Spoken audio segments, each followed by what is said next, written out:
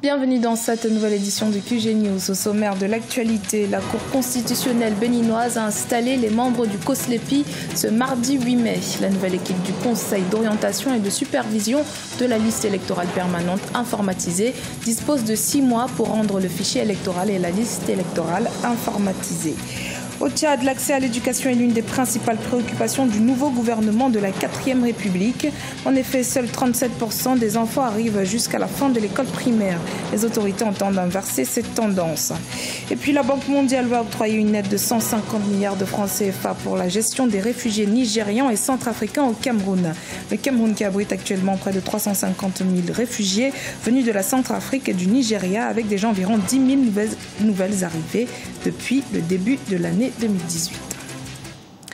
Mais tout d'abord, l'opposant en exil Moïse Katumbi au centre d'une nouvelle affaire judiciaire en République démocratique du Congo. Les autorités congolaises l'ont accusé mardi 8 mai d'avoir tenté de recruter des émissaires pour ouvrir des hostilités dans le nord-est du pays. Les accusations tirées des aveux d'un des présumés émissaires, selon le porte-parole de la police Pierrot Mwanam Poutou. La Cour constitutionnelle béninoise a installé ce 8 mai 2018 les nouveaux membres du Conseil d'orientation et de supervision de la liste électorale permanente informatisée. Un acte qui ouvre la voie à l'actualisation du fichier électoral. Reportage de notre correspondant Leftiounou, commentaire Cheikh Omar Bandaogo. Alors que l'opération aurait dû prendre fin le 31 janvier 2018, conformément au code électoral, c'est maintenant que l'actualisation de la liste électorale permanente informatisée au Bénin va démarrer. L'Assemblée nationale n'avait pas désigné ses 9 représentants au sein du Conseil d'orientation et de supervision de la liste électorale permanente informatisée COSLEPI. Ceci est effectif depuis le 19 avril 2018, après une injonction de la Cour constitutionnelle. Les 11 nouveaux membres du COSLEPI ont été investis dans leurs fonctions en présence des sages de la Cour constitutionnelle ce mardi 8 mai 2018 à Cotonou. Ils vont procéder à la mise à jour du fichier électoral. De votre serment, je suis persuadé que vous saurez préserver l'esprit de consensus qui a présidé à la création de votre organe et que vous accomplirez votre mission à la satisfaction de la nation tout entière. Soyez assurés de la disponibilité de la Cour constitutionnelle à vous accompagner pour la réussite de cette noble tâche. Conformément aux nouvelles directives de la Cour constitutionnelle, les nouveaux membres du COSLEPI ont jusqu'à fin novembre 2018 pour rendre le fichier électoral et la liste électorale informatisée, liste qui va servir aux prochaines élections législatives de 2019. Je tiens à dire au peuple béninois qu'il peut continuer toujours par compter sur ces institutions mises en place conformément aux dispositions de la loi fondamentale de notre pays. La mission phare serait, en collaboration avec tous les collègues, de rendre la liste électorale propre pour assurer une régularité, une accalmie pour les prochaines élections qui s'annoncent. Les membres du COSLEPI vont intégrer au fichier électoral informatisé, apuré et révisé de 2016 les électeurs ayant atteint leur majorité en 2017, 2018 et au premier trimestre de 2019, ainsi que les électeurs omis. Julius Maada Bio, le nouveau président de la Sierra Leone, était en visite officielle en Guinée ce mardi 8 mai. Il s'est entretenu avec son homologue Alpha Condé sur des questions de coopération bilatérale. En effet, la Guinée et la Sierra Leone partagent des liens très forts. Une forte communauté sierra-léonaise vit depuis la guerre civile des années 90 en Guinée. Le président Maada Bio a profité de l'occasion pour inviter son homologue à son investiture prévue le 12 mai 2018.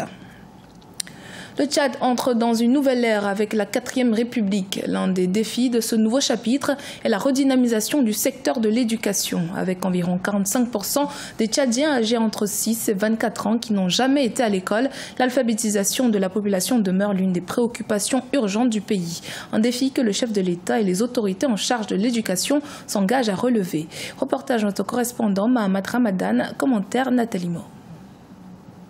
Au Tchad, la refondation du système éducatif est l'un des défis majeurs de la 4e République. Selon le dernier rapport d'État sur le système éducatif, la couverture scolaire au Tchad reste faible. La proportion d'enfants d'une génération qui accèdent à l'école est de 64% et ce chiffre n'a pratiquement pas évolué depuis 10 ans. Et environ 45% des personnes âgées de 6 à 24 ans n'ont jamais été inscrites à l'école. Un défi que le chef de l'État, Idriss Déby Itno, compte relever dans les jours à venir. Il est indéniable que sans éducation, le pays ne pourra tirer tout le potentiel du dividende démographique des femmes et des jeunes. Il importe de mener de profondes réformes dans le secteur de l'éducation.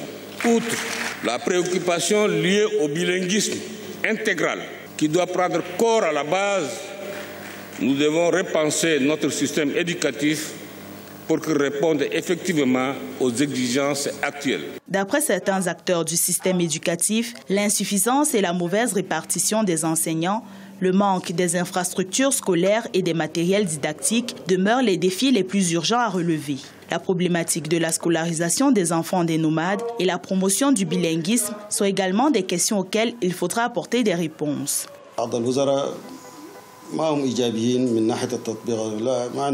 Le problème de l'éducation au Tchad est en grande partie dû à la non-application des textes. Nous avons organisé plusieurs forums et ateliers pour diagnostiquer le système éducatif, mais les recommandations issues de ces assises n'ont pas été mises en œuvre par les autorités concernées. Avec la nouvelle ère de la 4e République, nous espérons que les autorités vont mettre les moyens nécessaires pour non seulement relever le défi de la scolarisation des jeunes en général, mais aussi promouvoir le bilinguisme à tous les niveaux de l'enseignement.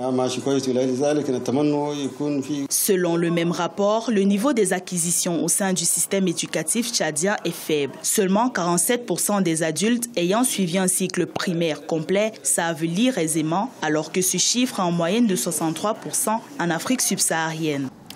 Dans l'actualité également, la compagnie aérienne éthiopienne négocie actuellement des accords de partenariat pour le lancement de compagnies aériennes dans 5 pays africains, le Mozambique, le Tchad, Djibouti, la Guinée équatoriale et la Guinée.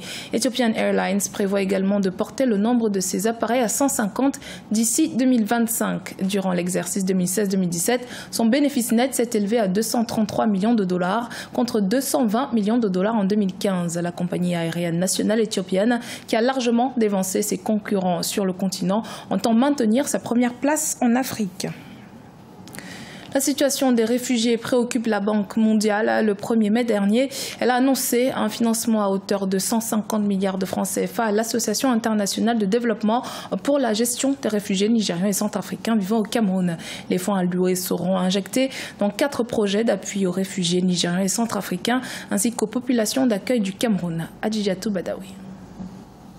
La Banque mondiale met 150 milliards de francs CFA à la disposition de l'Association internationale de développement IDA pour assister les réfugiés nigérians et centrafricains présents au Cameroun. Cette somme, destinée à 4 projets d'aide humanitaire, tient compte non seulement des réfugiés centrafricains et nigérians, mais aussi des familles d'accueil camerounaises. La Banque mondiale précise que le Cameroun est le tout premier pays à bénéficier d'un sous-guichet de financement spécifique de l'Association internationale de développement en faveur des réfugiés présents sur le territoire camerounais. Ces ressources sont vitales pour aider le gouvernement à fournir des services adaptés aux réfugiés et aux communautés d'accueil. La plupart des réfugiés cohabitent avec les Camerounais dans les régions les plus démunies et les plus fragiles du pays, y compris dans la zone subissant les attaques de Boko Haram. Depuis le début de la crise politique en Centrafrique et le terrorisme grandissant au Nigeria, le Cameroun a accueilli près de 350 000 réfugiés sur son territoire. De janvier à avril 2018, le Haut Commissariat pour les réfugiés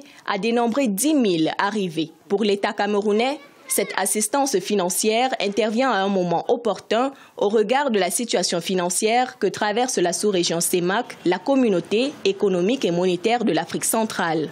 L'afflux de population fuyant les conflits met une telle pression sur les structures administratives, politiques d'accueil qui est telle qu'on a besoin du concours des organisations multilatérales telles que la Banque mondiale pour faire face à cette nouvelle donne. Et je pense que le soutien de la Banque mondiale dans ce contexte-là est vraiment salutaire, non seulement pour l'État du Cameroun, mais aussi il constitue un élément de réponse tel que le recommandait la résolution 2349 qui avait été adoptée en 2017 concernant la situation dans le bassin du lac Tchad. Le Cameroun est aujourd'hui la terre d'accueil par excellence des réfugiés en Afrique centrale. En étroite collaboration avec les partenaires humanitaires internationaux, le gouvernement camerounais assure la sécurité et fournit l'aide alimentaire aux réfugiés nigérians et centrafricains.